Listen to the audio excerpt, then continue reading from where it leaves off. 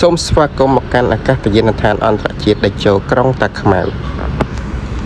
បាទសូមជម្រាបសួរនិងសួស្តីមិត្តភ័ក្តិបងប្អូនទាំងអស់គ្នាសូមស្វាគមន៍មកកាន់ប្លុកថ្មីតែថ្ងៃនេះខ្ញុំបាទនឹងនាំអារម្មណ៍ពុកម៉ែបងប្អូនមកទស្សនាពលានយន្តហោះថ្មីរបស់យើង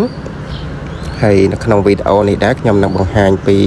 ការចូលចំណតនិងការបង់ប្រាក់ចំណតផងដែរអញ្ចឹងកុំភ្លេចទស្សនាវីដេអូឲ្យដល់ចប់ផងណា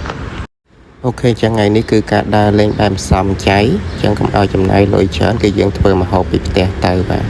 ប៉ុន្តែផឹកឡើងគឺនៅចូលហាងធម្មតាអញអត់និយាយមកបាទហ្នឹងហើយអញ្ចឹងចាប់តាំងពីពលានថ្មីបើកដំណើរការមកគឺថាបងប្អូនប្រជាជនយើងបានតម្រុកទៅ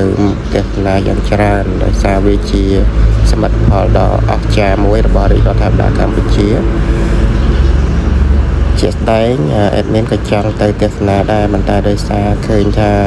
មនុស្សបុកទៅលេងច្រើនពេកអញ្ចឹងគឺស្ទះផ្លូវបាទស្ទះផ្លូវឯការថតអីក៏ពិបាកអញ្ចឹងអេដមីនអត់ទាន់បានទៅទេអញ្ចឹងទើបតែថ្ងៃនេះអេដមីនតនេបានទៅទស្សនាជាលើកដំបូងបាទហើយក៏ឆ្លៀតថតវីដេអូដើម្បីចែកជូនបងប្អូនដែលមិនទាន់បានទៅទស្សនា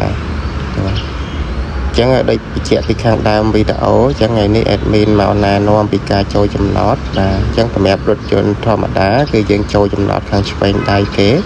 បាទអញ្ចឹងបើចូលស្ដាំដៃពណ៌ខៀវហ្នឹងអាហ្នឹងគឺចំណត VIP បាទអាហ្នឹងរៀងថ្លៃជាងចំណតធម្មតាបន្តិចប៉ុន្តែចំណតគឺមានដំបូលសម្រាប់ចំណតធម្មតាគឺអត់មានដំបូលទេអញ្ចឹងយើងចូលមកគឺយើងចុចសពតបាទឡើងដៃនេះប៉ុន្តែពេលខ្លះមានភ្នាក់ងារគាត់ចាំចុចជូនបាទហ្នឹងហើយ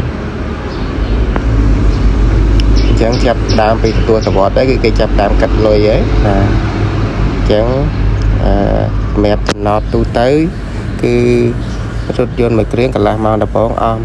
4000 រៀលបាទបន្ទាប់ពីហ្នឹងគឺរាល់30នាទីគេបូកថែម 2000 រៀលពីលើណាបាទ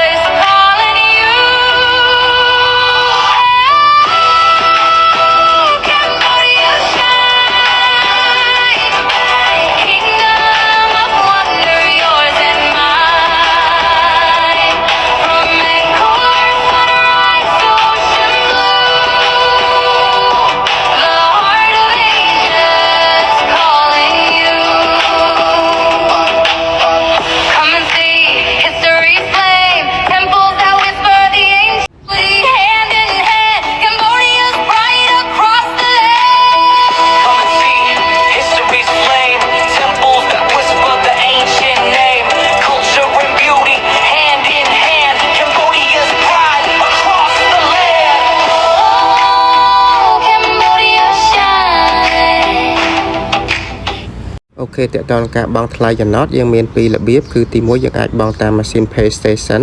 និងអាច scan QR code លើវិក័យប័ណ្ណផ្ទាល់ប៉ុន្តែសម្រាប់ការ scan QR code លើវិក័យប័ណ្ណគឺអនុញ្ញាតតែ app របស់ធនាគារកណាយ៉ាតែប៉ុណ្ណោះអញ្ចឹងសម្រាប់អ្នកដែលប្រើ app ផងធនាគារផ្សេងទៀតយើងអាចមកបង់តាមម៉ាស៊ីន Pay Station នេះបានដោយយើង scan វិក័យប័ណ្ណទៅហើយវានឹង load QR code មកហើយយើងអាច scan ពី app ធនាគារណាក៏បានដែរបាទសម្រាប់ការ pay តាមនេះរួចរាល់គឺយើងមានរយៈពេលចេញទៅវិញត្រឹម30នាទីណាបាទជាក់ស្ដែងបើយើងអត់បាន pay តាមវិធីទាំងពីរហ្នឹងទេយើងក៏អាចបង់នៅចោលចេញផ្ទាល់ផងដែរប៉ុន្តែការធ្វើបែបហ្នឹងបើករណីមានមនុស្សច្រើនវាធ្វើឲ្យយឺតយ៉ាវអាចកកស្ទះរំខានដល់គេផ្សេងអញ្ចឹងណាបាទអញ្ចឹងជាទូទៅខ្ញុំ recommend ឲ្យអ្នកទាំងអស់គ្នា pay លុយមុនទៅហើយអញ្ចឹងនៅពេលដែលយើង pay រួចរាល់អស់យើងចេញទៅដល់ចំណតគឺយើងគ្រាន់តែ scan លើកវិក័យប័ត្រយើង scan ទៅវានឹងបើកច្រកឲ្យយើងចេញតែម្ដងវាចំណេញពេលវេលាលឿនអូខេចឹងពលានថ្មីរបស់យើងនឹងត្រូវសម្ពោធជាផ្លូវការនៅថ្ងៃទី20ខាងមុខនេះក្រោមអធិបតីភាពរបស់សម្ដេចមហាបវរអធិបតី